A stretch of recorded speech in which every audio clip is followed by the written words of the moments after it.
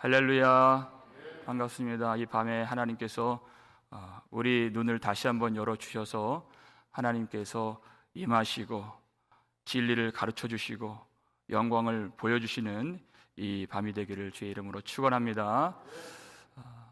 바나바와 사울이 젊은 마가 요한을 데리고 배를 타서 이 지중해에 있는 이 구브로 섬으로 갑니다. 그래서 처음에는 이 살람이라고 하는 이 성에서 복음을 전했죠. 하나님의 말씀을 유대인의 여러 회당 가운데에서 전했다고 성경이 기록하고 있습니다. 그리고 다시 장소를 옮겼죠. 오늘 본문 6절 말씀 한번 읽겠습니다. 온 섬 가운데로 지나서 바보에 이르러 바 예수라 하는 유대인 거짓 선지자인 마술사를 만나니, 이렇게 되어 있어요. 온 섬을 가로질러서 약 한 180km를 지나면 이 살라미는 이 구브로 섬의 동쪽 끝에 있는 섬이에요. 그래서 팔레스타인과 이 접경 지역의 섬인데 더 지중해 안쪽으로 완전히 그 가운데를 지나서 남서쪽 끝에 붙어 있는 바보 파포스라고 하는 이 지역에 이들이 도달하게 됩니다. 여기는 이 그리스의 유명한 여신이죠. 아프로디테라는 여신이 있는데 그 유명한 이 여신의 웅장한 신전이 있었던 아주 영적으로 어두운 그런 도시였습니다. 이 어두운 도시에 복음의 밝은 등불을 가지고 있는 이 바나바와 사울을 하나님이 그곳에 보내신 것이에요. 그런데 거기서 누구를 만납니까? 바 예수라 하는 유대인 만나죠. 여러분, 바 예수, 유대인이기 때문에 이 이름은 유대인 이름이에요. 유대인의 이름 중에서 이 바가 앞에 붙은 사람이 몇 명 있죠? 바디메오라는 사람도 있고, 바가 앞에 붙으면 어떻게 해석을 하느냐면 누구누구의 아들이다, 이렇게 해석이 되는 거예요. 그래서 바디메오 그러면 디메오의 아들이다라는 뜻이 되죠. 그럼 바 예수는 누구의 아들입니까? 예수의 아들이라는 뜻이에요. 자기가 자칭 구원자의 아들이다라는 이름을 갖고 있는 유대인, 거짓 선지자인 마술사를 만났다 그랬어요. 베드로도 사마리아에서 마술사를 만난 적이 있습니다. 마술사가 그 능력을 행해서 얻고자 하는 것이 무엇인가? 그것을 우리가 살펴본 적이 있었는데요. 우리 사도행전 8장을 보시면 9절 10절입니다. 읽겠습니다. 그 성에 시몬이라 하는 사람이 전부터 있어 마술을 행하여 사마리아 백성을 놀라게 하며 자칭 큰 자라 하니 낮은 사람부터 높은 사람까지 다 따르며 이르되 이 사람은 크다 일컫는 하나님의 능력이라 하더라. 아멘. 이렇게 되어 있어요. 자, 시몬이라고 하는 이 마술사를 만나죠. 이 사람이 그 능력을 행해서 무엇을 이루는가? 백성들을 놀라게 해서 자칭 큰 자라는 것을 나타내는 것이에요. 나는 큰 자다, 나는 위대하다, 이렇게 이것을 선포했을 때 그 능력이 그것을 도와주고 믿도록 하고 환호하도록 하는, 그것이 바로 마술사가 갖고 있는 능력이었습니다. 그러니까 낮은 사람부터 큰 사람까지 다 그를 따르고 이 사람은 크다 일컫는 하나님의 능력이다, 그의 말을 믿도록 하는 것이에요. 그의 목적은 자기의 그 위대함을 증명하고 나타내는 데 있습니다. 그러니까 베드로가 그를 보니까 나중에는 그가 빌립 집사를 따르는 듯 했지만 성령을 주는 그 권능을, 내가 돈을 줄 테니 그 권능을 달라고 그가 요구했죠. 그랬더니 베드로가 그에게, 시몬에게, 내 마음이 바르지 못하니 너는 이 도에 관계된 것도 없고 분깃될 것도 없느니라 그랬어요. 이 복음의 도에 너는 관계가 없다. 그리고 넌 받을 유업이 없고 분깃이 없다. 이런 말을 선포한 것이, 그가 가진 능력이 아무리 크고 따르는 사람이 많이 있어도 그가 하나님을 제대로 알지 못하고 바른 길을 알지 못하면, 마음이 바르지 아니하면 하나님이 주실 아무런 복이 없는 것입니다. 그런 사람이 바로 바 예수였다. 그는 거짓 선지자요, 마술사요, 그 마음이 바르지 못하여서 많은 사람들을 굽은 길로 인도하고 자기 자신도 망하게 하고 다른 사람도 멸망에 빠뜨리는 그런 사람이 바 예수였다는 것입니다. 거기에 누가 미혹이 되어 있습니까? 총독이 미혹되었죠. 7절 말씀 읽겠습니다. 그가 총독 서기오 바울과 함께 있으니 서기오 바울은 지혜 있는 사람이라 바나바와 사울을 불러 하나님의 말씀을 듣고자 하더라 그랬어요. 여러분, 총독 서기오 바울과 함께 있으니 누가요? 바 예수, 거짓 선지자, 이 마술사가 거기에 있었다는 것이, 여기서 우리가 알 수 있는 것이 뭐냐면, 이 바나바와 사울이 살라미 지역에서도 그렇게 했었지만 이 바보 지역에서도 얼마나 열심히 전도를 했는가를 우리가 미루어 짐작할 수 있습니다. 누가 알 수 있을 때까지? 총독이 그 소문을 들을 때까지. 저작거리에서, 시장통에서, 여기저기에서 정신없이 이 복음을 전하는데 가장 높이 있는 총독이 알 정도로 그들이 열심히 전도를 했습니다. 그래서 이 사람이 이 복음에 대해서, 하나님의 말씀에 대해서 관심이 있는 사람이었어요. 지혜 있는 사람이었습니다.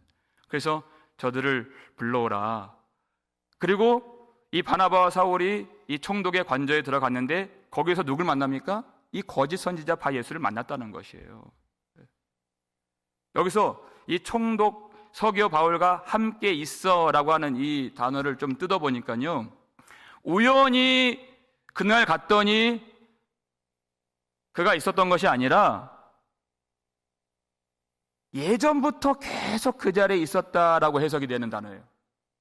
그러니까 총독이 이 사람이 능력도 있고 많은 지식이 있기 때문에 자기에게 유익이 된다고 생각하여서 자기 바로 옆에 두고 봉급도 주고 혜택을 주어서 이 사람에게 조언을 구했던 것입니다. 여러분, 총독이 지혜가 있었다 그랬어요. 지혜가 있었음에도 불구하고, 여러분, 이 사람은 거짓 선지자입니다. 하나님의 말씀을 하는 듯 하지만 그 끝은 파멸이고 멸망이에요. 그런데 그 사람의 지혜로 이 사람의 하는 말이 생명으로 인도하는 말인지 죽음으로 인도하는 말인지 분별을 못했다는 것입니다. 이것이 인간이 가진 지혜의 한계예요. 사람은 자기 스스로, 자기 지혜로 하나님을 알 수가 없는 것입니다. 하나님의 빛과 어두움을 분별할 수가 없는 것이에요. 고린도전서 1장 21절을 볼까요? 읽겠습니다. 하나님의 지혜에 있어서는 이 세상이 자기 지혜로 하나님을 알지 못함으로 하나님께서 전도에 미련한 것으로 믿는 자들을 구원하시기를 기뻐하셨도다. 아멘. 그랬어요. 로마 제국에서 한 지역의 총독이 된다는 것은 그가 갖고 있는 이 지혜가 얼마나 탁월한가를 우리가 알 수 있는 것이에요. 그런데 그 지혜조차도 하나님의 지혜의 길을 스스로 알 수가 없다. 세상의 지혜로는 하나님을 알지 못한다. 그랬어요. 아무리 똑똑한 사람이어도 여러분, 결정적인 순간에 보면요, 하나님을 찾지 않습니다. 요새 한국에 보면요, 그렇게 사람들이, 그렇게 지혜 있는 사람인데, 똑똑한 사람인데, 많은 사람들이 무당을 찾아요. 점을 보러 다녀요.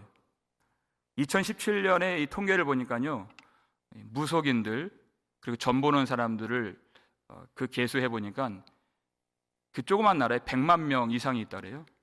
2017년에 공무원 숫자하고 그 무당, 그 무속인, 그 역술인 숫자하고 거의 비등비등하다는 그런 보고가 있어요. 기사가 있어요. 옛날부터 그렇게 많았던 것이 아닙니다. 놀라운 것은요, 2006년부터 17년까지 약 10년간 4배나 그렇게 숫자가 많이 늘어났다는 것이에요. 그렇게 이 나라가 못 살고 어려울 때 이 무당을 찾은 것이 아니라 이 사회가 고도로 발전하게 되고 사람들의 지적인 수준이 훨씬 더 높아졌을 때 오히려 영적으로는 더 우매함에 빠지게 되었다는 것이에요. 자기 지혜로는 하나님을 더 못 찾게 되는 것입니다. 그래서 하나님이 전도에 미련한 것으로 구원하시기를 기뻐하셨도다 그랬어요. 전도에 미련한 것은 이 고린도전서 1장에서 그대로 이해하는 십자가의 도를 말하는 것이에요. 사람들이 미련하게 여기는 이 십자가의 도, 사람들이 생각하는 그 지혜로 알 수 있는 복은 이 땅에서 잘 사는 것이 복이에요.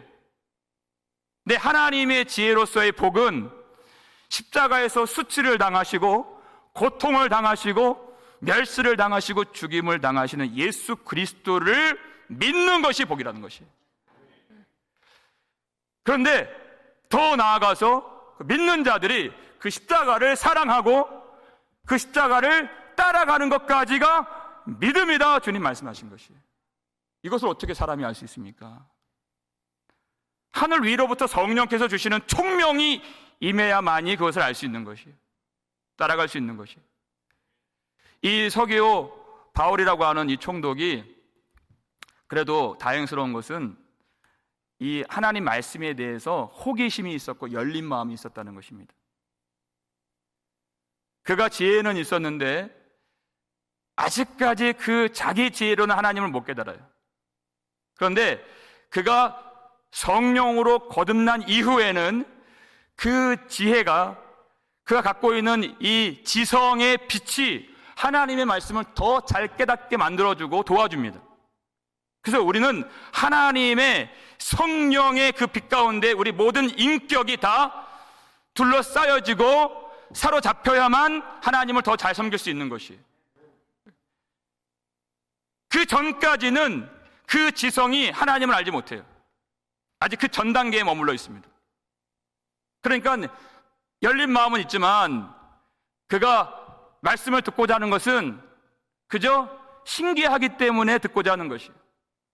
재미있기 때문에 듣고자 하는 것이에요. 지적인 만족을 충족시키려고 듣는 것이에요. 공부하려고 듣는 것이고 교양을 쌓으려고 듣는 것이에요. 열린 마음은 있지만 그것 가지고는 안 된다는 것입니다.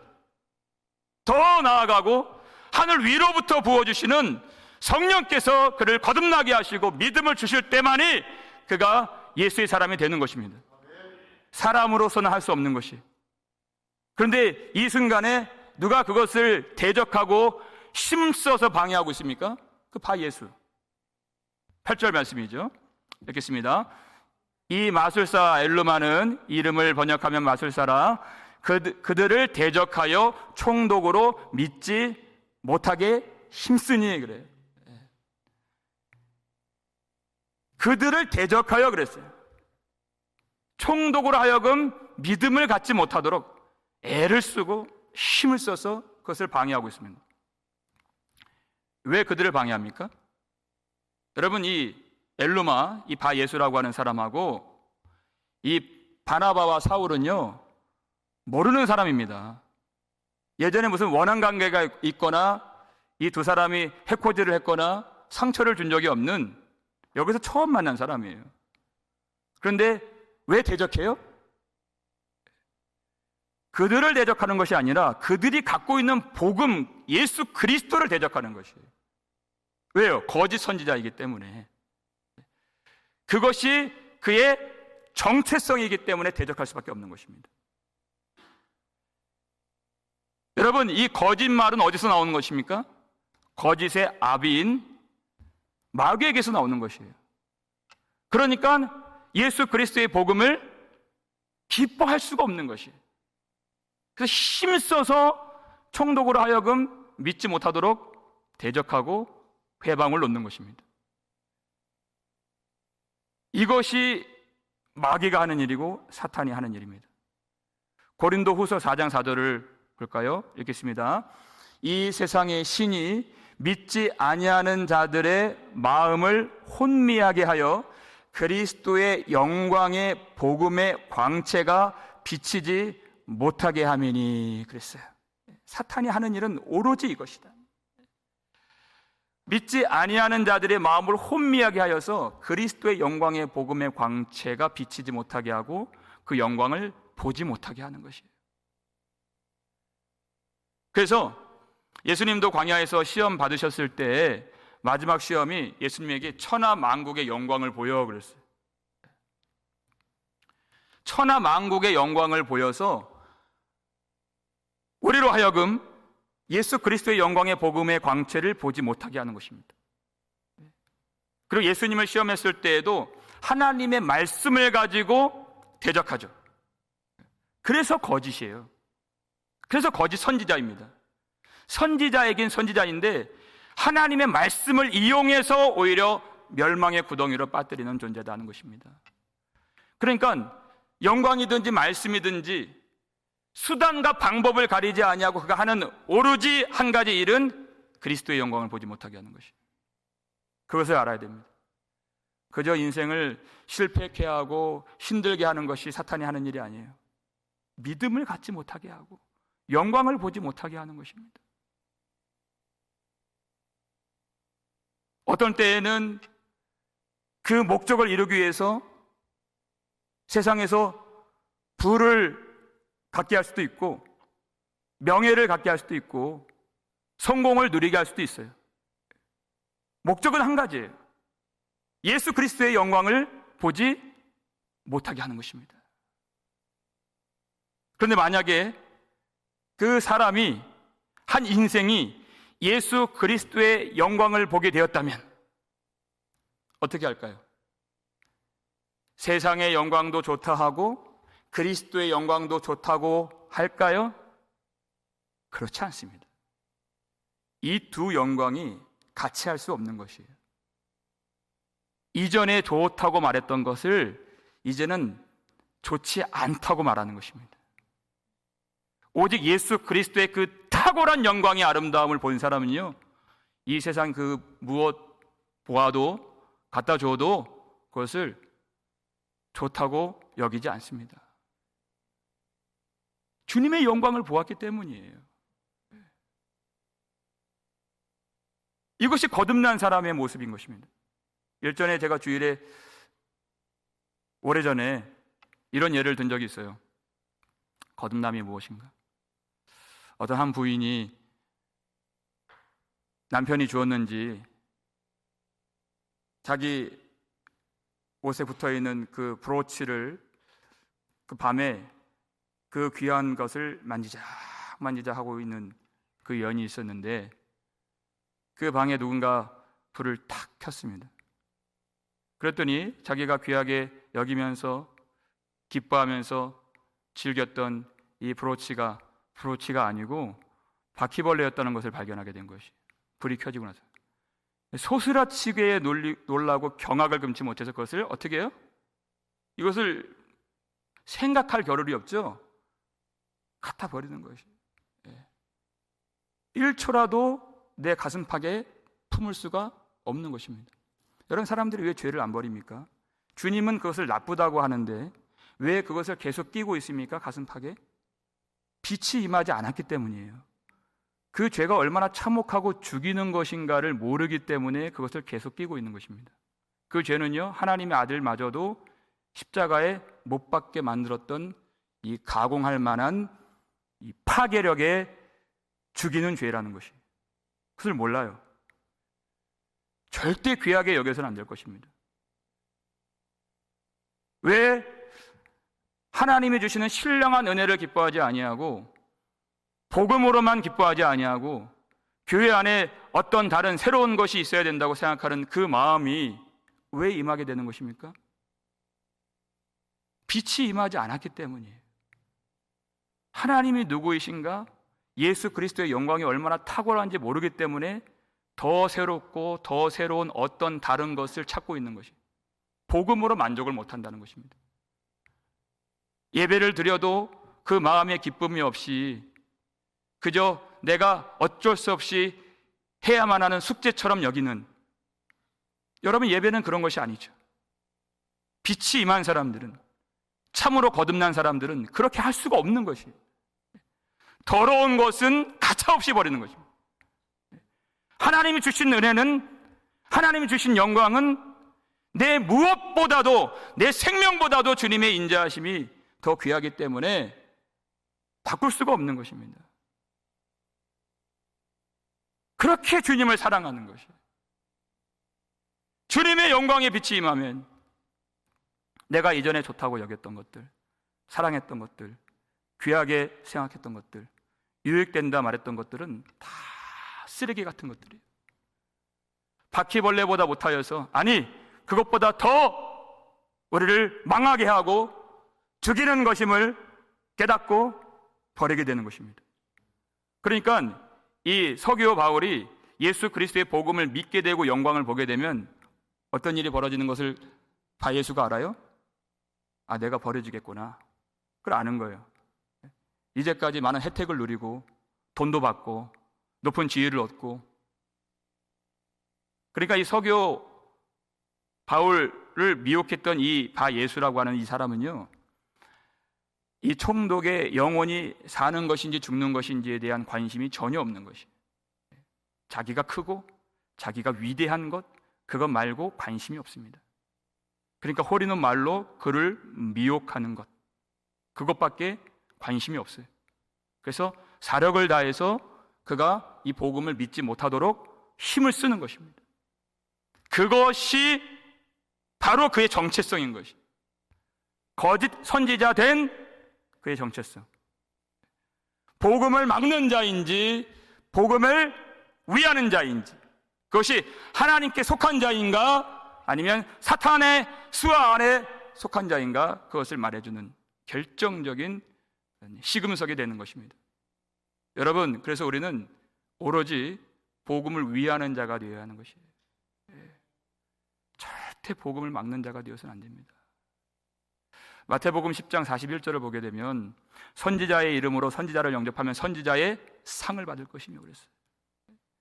예수님의 제자 중에 가장 작은 자 하나에게라도 냉수 한 그릇이라도 주는 사람은 내가 진실로 너에게 이르나니 그 사람이 결단코 상을 잃어버리지 아니하리라 그랬어요. 복음을 위하는 자이기 때문에 냉수 한 그릇, 그 섬김도 하나님이 기억하신다 그랬어요. 복음을 위하는 자가 하나님을 위하는 자이고 하나님의 백성의 정체성을 가진 자이다. 여러분, 내가 하는 말이, 내가 하는 행동이, 내가 살아가는 삶이 정말 복음을 위하는 것인가? 아니면 누군가를 실족하게 만드는 것인가? 교회를 흥하게 하는 것인가? 아니면 교회를 괴롭게 하는 것인가? 우리가 여러분 오늘 이 밤에 나 자신을 살펴볼 수 있는 그런 기회가 있기를 바랍니다. 주님이 기회를 주시는 것입니다. 내가 정말 복음을 위하며 하나님의 영광을 위하여 사는 존재인가? 아니면 내가 높아져서, 내가 위대해서, 내가 더 커서 예수 그리스도의 복음을 막는 사람이 되진 않는가? 하나님이 우리 스스로를 보길 원하시는 것입니다. 하나님은 복음을 대적하는 자를 미워하십니다. 그 마음이 바울에게 임했어요. 오늘 본문 9절 10절을 볼까요? 읽겠습니다.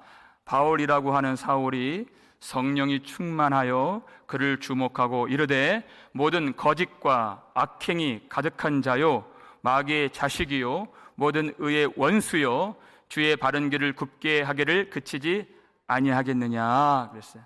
여러분 보세요. 이제까지 바울을 사울이라고 기록을 했는데 이 순간부터 바울이라고 하는 사울이, 이 바울의 이름이 나오는 것이에요. 바울이 성령이 충만하여 그를 주목했다 그랬습니다. 여러분, 사탄의 역사가요, 복음이 증거되기 전에는 잘 나타나지 않습니다. 그렇죠? 근데 복음이 증거되니까 그의 정체성이 드러났잖아요. 바 예수, 거짓 선지자라고 하는. 그 전까지는 이 서기오 바울에게 유익이 되는 줄 알았어요, 그는. 근데 복음이 드러나고 빛이 임하니까 그 정체성이 나타나게 되는 것이에요. 마찬가지입니다. 여기서 이 복음을 대적하는 것을 만났을 때, 이때 바울의 진짜 정체성이 나타나게 되는 것이에요. 이제까지 왜 바울의 이름이 나타나지 않고 사울이라 했고 항상 바나바가 앞서서 이름이 등장했어요. 근데 이제는 이 모든 이 선교 여행을 주도하는 사람은 바나바가 아니라 이제 바울이 그 역할을 감당하게 될 것을 나타내고 있는 것입니다. 언제? 복음을 대적하는 것을 그가 보았을 때 참을 수가 없는 것이에요. 그러니까 거기서 정체성이 나타나게 되는 것이에요. 바울은요, 그 루스드라에서 이 죽을 정도로 이 돌에 맞는 것도 그가 견디고 다시 그 성으로 들어갔던 사람입니다. 유대인의 40에 하나 감암매, 그 태장을 3차례나 맞을 때에도 그것을 견뎠던 사람이에요. 바다에서 일주야를 그가 파선하여서 고생했을 때도 그걸 견디고, 강의 위험도 견디고, 많이 자지 못한 것도 견디고, 많이 먹지 못한 것도 견디고, 추위도 견디고 멸시도 견뎠던, 그렇게 오래 참았던 바울이에요. 근데 한 가지 참지 못하는 것이 복음을 대적하는 것을 참지 못한다는 것이에요. 예수 그리스도의 그 복음이 막히는 것을 그가 참을 수가 없는 것이에요. 그러니까 이 거짓과 악독이 가득한 자요, 마귀의 자식이요, 모든 의의 원수요, 이렇게 말하는 것이에요. 여러분, 이 말은요, 바울이 하는 것이 아닙니다. 사울이 성령이 충만하여 그를 주목하여 보고 그랬어요. 그가 하는 말이 아니에요. 이 분노가, 이 거룩한 분노가 그가 스스로 가질 수 있는 것이 아니에요. 그에게 성령이 충만하게 부어지니까 주님의 눈으로, 성령의 눈으로 그를 보니까 이 말이 나올 수밖에 없는 것이에요.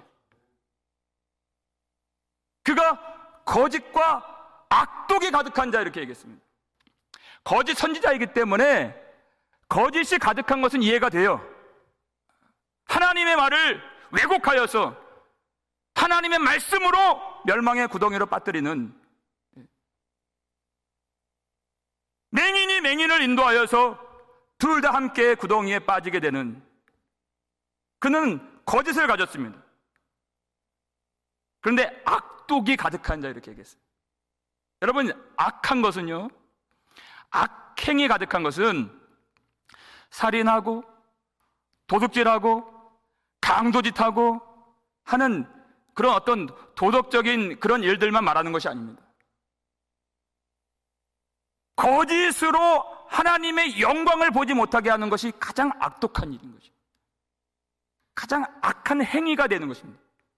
그래서 요한복음 8장 44절에서는 마귀를 예수님이 처음부터 어떤 자요? 그렇죠, 살인한 자요, 이렇게 얘기하죠. 그것이 바로 죽이는 것이다. 몸을 죽이는 그것보다 더 심각한 살인이 바로 거짓으로 미혹하는 것이다. 그래서 악독이 가득한 자예요. 그것은 마귀의 자식의 정체성을 가진 사람의 모습인 것입니다. 그 너무나도 안타까운 것은 우리가 오늘 이 밤에도 저 여러분이 가슴을 치지 않을 수 없는 이유는 무엇이냐면, 여러분 시편 4편 2절을 한번 보겠습니다. 읽겠습니다. 인생들아, 어느 때까지 나의 영광을 바꾸어 욕되게 하며 헛된 일을 좋아하고 거짓을 구하려는가.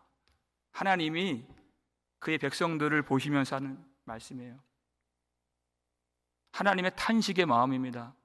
우리를 향하신 하나님의 탄식이에요. 인생들아, 어느 때까지 나의 영광을 가지고 그 유익하지 않은 세상의 그 더러운 것들을, 그 욕된 것을 바꾸어서 너의 마음에 품고 사느냐.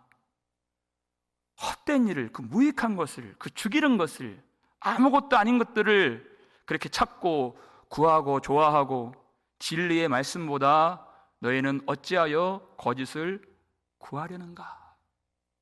왜 그렇습니까? 거짓은요, 나 자신을 크게 만들어줘요. 나를 위대하다고 만들어줘요. 복음은요, 예수 그리스도를 위대하시다 찬양하게 만드는 것입니다. 그러니까 사람들은 거짓을 더 좋아해요. 거짓을 들으면 위로가 된다고 해요.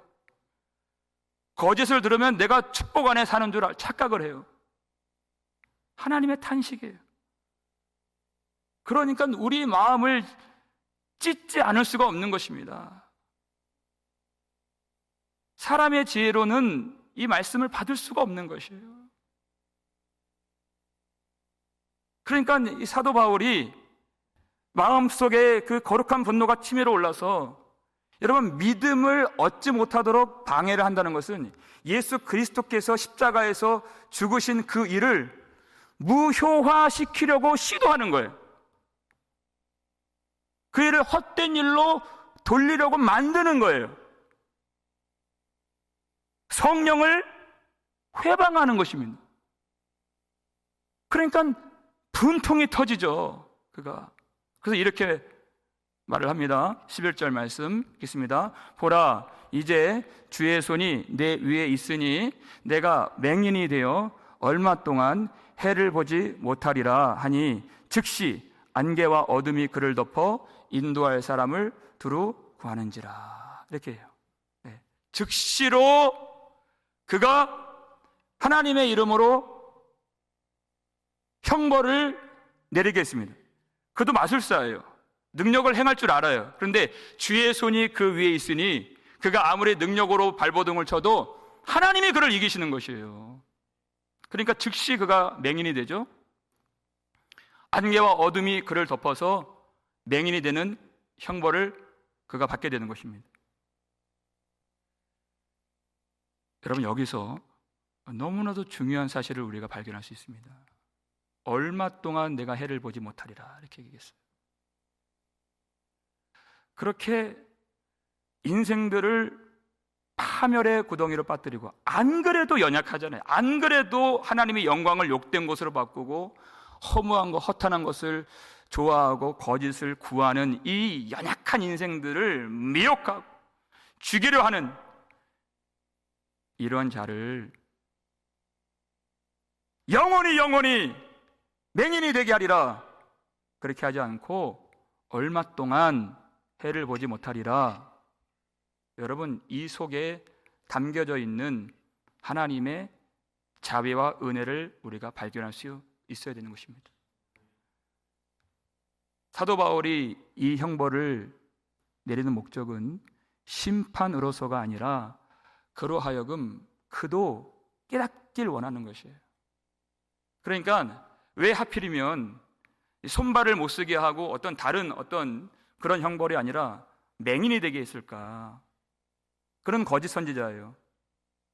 맹인이 되어서 그 육신의 눈이 보이지 않는 그 답답함과 불편함과 그 고통을 경험할 때, 그것이 바로 너의 실체라는 것을 깨닫게 만들어주는 것이, 라오디게아 성도들처럼 안약을 사서 발라보게 하라. 너의 그 가련한 모습, 가난한 모습, 그 헐벗고 그 굶주리고 하나님의 영광을 보지 못하는 그 실체, 육신의 눈이 맹인되는 것이 비참한 것이 아니라 하나님을 깨닫지 못하고 그 영광을 보지 못하는 것이 얼마나 처참하고 얼마나 더 비참하고 얼마나 우리를 망하게 하는 것인가를 잠깐의 그 맹인되는 기간 동안에 알 수 있도록, 그래서 그것을 깨닫고 돌이킬 수 있도록 그에게 자비의 문을 열어주고 있는 것이에요. 사실 그가 아주 굳은 얼굴로, 그렇죠? 이 얘기할 때 아마 웃지 않았을 것입니다. 엄한 얼굴로 거짓과 악독이 가득한 자요, 마귀의 자식이요, 이 말을 하는데 어떻게 웃을 수 있겠어요? 그런데요, 그 속에 하나님의 자비가 있었다는 것이에요. 엄하게 꾸짖는 그 말씀 속에 다시 하나님께로 돌아오라 하시는 하나님의 자비와 생명의 기회를 그 꾸짖음 속에 숨겨 놓았다는 것입니다. 얼마 동안.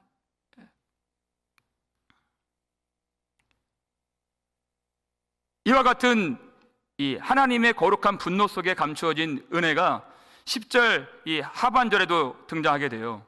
읽겠습니다. 모든 의의 원수요, 주의 바른 길을 굽게 하기를 그치지 아니하겠느냐 하는 것이 질문이에요. 무슨 말입니까? 그것을 중단하라는 얘기예요. 이것을 끊어야 한다는 얘기예요. 심판이 선언된 것이 아니라 이것을 내가 오늘이라도 끊고 우리 주 예수 그리스도를 믿으면 생명의 회복의 역사가 하늘로부터 임하게 될 것이라는 생명의 약속을 주고 있는 것입니다. 그걸 끊으라는 얘기예요. 그래서 그렇게 돈을 주고 성령의 권능을 사려고 했던, 내가 위대하다, 내가 크다 이렇게 자기를 드러냈던 마술사 시몬 기억나시죠? 베드로가 똑같은 말을 했어요. 심판을 선언한 것이 아니었어요. 사도행전 8장 21절, 22절, 2절 읽겠습니다. 하나님 앞에서 내 마음이 바르지 못하니 이 도에는 내가 관계도 없고 분깃될 것도 없느니라. 그러므로 너의 이 악함을 회개하고 주께 기도하라. 혹 마음에 품은 것을 사하여 주시리라. 아멘. 그랬어요. 아까 제가 이 서두에 21절을 제가 말씀해 드렸죠. 이 도에는, 이 복음에는 내가 관계도 없고 분깃될 것도 없느니라. 이것이 심판의 선언이 아니라 하나님이 그를 돌아오라고 말씀하시는 생명의 문을 열어주시는 하나님의 생명의 말씀이었다는 것이. 그러므로 너는 이 악함을 회개하고 주께 기도하라. 혹 마음에 품은 것을 사하여 주시리라. 그래서 얼마 동안, 잠시 동안 눈이 가려지는 이 형벌, 하나님께로 돌아올 수 있는 이 생명의 문을, 회개의 기회를 열어준 것입니다. 왜 이런 일을 했을까요? 여러분, 하나님의 분노는요, 거룩한 분노입니다. 거룩하다는 것은 우리 사람이 내는 분노와 같지 않다는 것이에요. 그 속에 하나님은 사랑이시라 하는 하나님의 자비와 은혜가 숨겨져 있고 내포되어 있는 거룩한 분노라는 것이에요. 하나님의 미움 속에 그 사람을 찐히 사랑하시는 그 마음에 담겨져 있는 것입니다. 마지막까지 돌아오라 하신 것이에요. 사도 바울이 이 형벌을 주님의 이름으로 내린 것은 그의 처절한 경험 때문에 이것을 내린 것이에요. 그가 주님을 처음 만났을 때 얼마 동안에 어떤 일이 있었죠? 그가 맹인이 되었었어요. 사도행전 9장에 나오죠. 하늘로부터 큰 빛이 그를 둘러 비추는지라 그랬어요. 예수 그리스도의 광채를 만났어요. 빛을 만나니까 그가 이전에 보았던 그 시각, 그 눈으로 볼 수가 없게 되었습니다. 사흘 동안 보지도 못하고 먹지도 못하고 마시지도 못하는, 그렇죠? 사흘 동안. 그리고 그가 눈을 떴을 때에는 완전히 다른 사람으로 부활의 권능으로 그가 새로운 피조물이 되었다는 것이. 이전에 교회를 봤을 때에는 교회를 잔멸하고 교회를 죽이려고 하는 그런 시각으로만 봤어요. 그런데 예수 그리스도의 광채를 만나고 빛을 보니까 이 교회를 위하여, 주님을 위하여 내 생명도 전혀 아까워하지 아니하고 복음을 전하는 주님의 의의 도구가 된 것입니다. 그도 잠시 동안, 얼마 동안 해를 보지 못하고, 그렇죠? 예수 그리스도의 광채가 해보다 더 밝기 때문에 해를 볼 수가 없는 것입니다. 세상이 보이지 않는 것입니다. 예수 그리스도의 광채에 눈이 멀어 세상이 보이지 않는 그때 어떤 손을 더듬으면서 나를 인도할 사람을 구하는 것이 아니라 우리 손을 붙잡고 생명의 길로 하나님께로 인도해 주시는 주님의 손을 붙잡으라고 이 형벌이 잠시 동안 내려진 것이에요. 그 바 예수를 보았을 때 자기도 거짓에 치우쳐 있었고, 자기도 유대인이었고, 자기도 주님 앞에 열심을 다했을 때, 근데 예수님을 핍박하고 있었다는 것을 그가 빛 가운데 깨닫게 되었죠. 그러니까 이 바 예수를 보았을 때 그가 나는 이 사람보다 더했는데 하는 마음이 있었던 것이에요. 나는 더했지. 이 눈이요, 성령이 충만하여 그를 주목하여 하는 그 시각이, 그가 죽어야 마땅한 사람이 아니라 나는 이 사람보다 더했지. 그래서 자기가 경험했던 그것을 경험시켜 주려고 이것을 한 것이에요. 그래서 디모데전서 1장 보면 내가 전에는 비방자요 박해자요 폭행자였으나 도리어 긍휼을 입은 것은 내가 믿지 아니할 때에 알지 못하고 행하였음이니라. 나는 더했지, 그 뜻이에요. 그것이 주님이 보시는 눈입니다. 어떤 영혼을 봤을 때 아무리 교회를 대적하고 복음을 멸시하고 복음을 기뻐하지 않는 영혼을 봤을 때 나는 더했지. 그러나 주님의 크신 권능이, 말로 다 할 수 없는 주님의 은혜가 임하여 우리를 주님의 사람으로 만들어 주신 것입니다. 내 지혜로 된 것이 아니라, 내 능력으로 된 것이 아니라 주님이 우리에게 은혜를 주셔서 그렇게 우리를 만들어 주신 것이에요. 그래서 그 영혼도 그렇게 만들어 주시기를 바라는 마음 가질 수밖에 없습니다. 그것은 우리 속에 내가 인간적으로 품는 마음이 아니에요. 성령이 충만하여 그를 주목하여 바라보는 것입니다. 그렇게 하는 동안에 거짓에 미혹되었던 이 총독이 변화를 받았어요. 여러분, 이 영적으로 치열한 전쟁이 있었죠. 그렇죠? 대적이 있었고 싸움이 있었고 길을 쓰고 예수를 믿지 못하게 만드는 그런 회방이 있었잖아요. 그런데 놀라운 이 속에도 믿음의 역사가 나타난다는 것입니다. 마지막으로 12절 말씀 읽겠습니다. 이에 총독이 그렇게 된 것을 보고 믿으며 주의 가르치심을 놀랍게 여기니라. 아멘.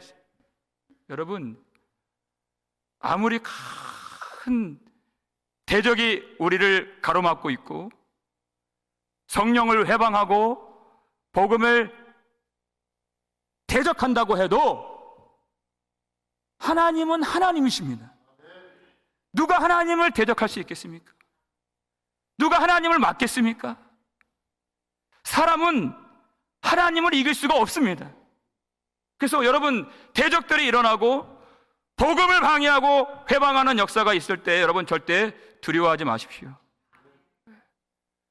그렇게 방해했던 사람이 바로 나였어요. 우리였어요. 그런데 하나님이 이기십니다. 하나님이 역사해 주시고 하나님이 변화시켜 주시고 하나님은 이날도 하나님이 계획하신 모든 믿음의 역사를 이루시는 전능하신 하나님이신 줄 믿으시길 바랍니다. 어떤 방해도 어떤 대적도 하나님이 그 대적까지도 회개의 기회를 주시고 믿지 못하고 미혹된 자들도 하나님이 구원하시러 작정한 모든 자들에게 예비하신 믿음을 주시는 하나님이 이 밤에 우리 믿음을 더해 주시고 우리로 하나님의 영광을 보게 해 주시기를 주의 이름으로 축원합니다.